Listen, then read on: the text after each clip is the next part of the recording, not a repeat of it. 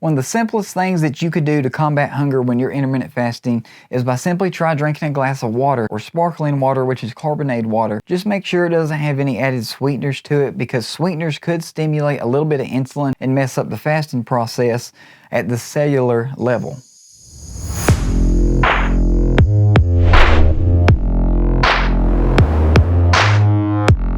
So today I have 7 relief tactics that you can use to combat and deal with hunger when you're intermittent fasting. Now I gave you the first one, just simply drinking a glass of water. But if that doesn't work, try having a small amount of salt. Now there's 2 different ways you can go about doing this, and the first and most easiest way is literally just buying some Himalayan pink salt capsules. I went ahead and put 2 links down in the description to 2 companies that make these that I trust, but if that's not right for you, then you can try doing salt shots. Now these are super simple to make. All you do is take about 3 ounces of water, 1/4 a teaspoon of some good quality mineral salt, mix it up, knock it back, chase it with some water, and you're good to go. And that's gonna help reduce the hunger that you're dealing with when you're intermittent fasting. And on top of that, that extra amount of salt is also gonna help reduce insulin and stress. Now, if you try that and it doesn't work and you're still experiencing that hunger, or that's just not optimal for you, you can try having a little bit of black coffee. And you've got 2 things there. One, just the flavor difference from water might help you with that hunger. And number 2,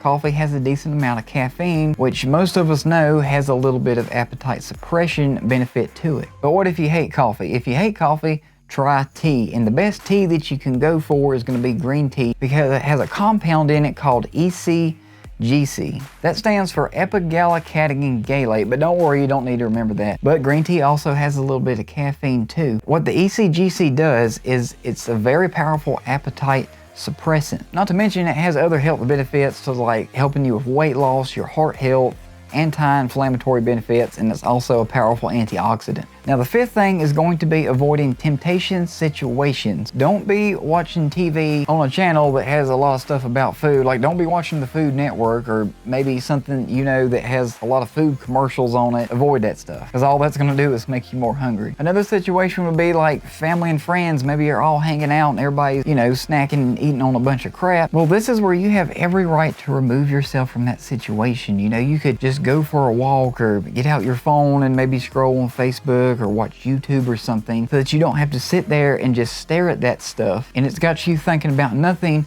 but eating and making you more hungry. That's basically like a social trigger. It's an emotional event because everybody else is doing it, so you feel like you should do it, not to mention you're hungry on top of it. So also, this is not hunger for nutrition. Like I said, this is actually a social trigger and emotional event. So just do whatever you can to remove yourself or distract yourself from that situation. So number 6 is going to kind of tie into this, and I'll get to why here in just a second, but it's also something you probably wouldn't think about. But just having like some toothpicks or some little cut up straws in your pocket just to satisfy that hand to mouth habit, or just to have them just to chew on to kind of give you that sense of like maybe you're eating something or just some kind of satisfaction. And I know a lot of smokers use this method to quit smoking, but I feel like this could also be something good to use in place of when you're experiencing hunger, just to maybe get your mind off of it. But like I said, you could even use this in the last one. When you're in those temptation situations, you could just pull out that toothpick or that straw and just have it to chew on,